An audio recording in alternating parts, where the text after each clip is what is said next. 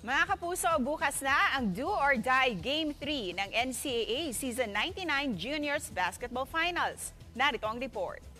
Not done yet. I thank the boys, they fight. Hindi ako magaling, si God ang magaling. To God be the glory. Naging emosyonal ang head coach ng Perpetual Junior Altas na si Geoff Cleopas matapos silang tablahin ang serye ng NCAA Season 99 Juniors Basketball Finals laban sa defending champion Letran Squires 91-90. Pero di tulad ng kanyang lungkot noong natalo sila sa Game 1, tears of joy naman ang dumaloy sa Game 2. I told them, you know what guys, alisin ko na yung galit ko dito. But I want you to fight. Let's just play basketball, dive the ball, go hard, and we'll see kung anong talaman ko. I really appreciate the competition ng kabilang team. So it was hats off to them. They played well today.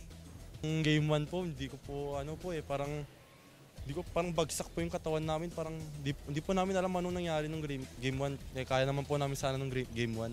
Nung Game 2, parang pinag-usapan po namin lahat, nag-huddle po kami na laban na po, ito na po, wala na pong bukas. Mula now or never para sa Perpetual sa Game 2 sa darating na Sabado. Do or die para sa kampyonato ang dalawang koponan. Iba yung puso ng mga players ngayon. Sabi ko, alam kong sobrang lakas talaga ng Letran. And it's just a blessing today. And then I don't want to say that we're gonna take that Game 3, but God only knows that. Sabi ko lang naman sa kanila, it's just a test. So nanalo kami ng Game 1, nanalo yung Perpetual ng Game 2. So parang pinasarap lang.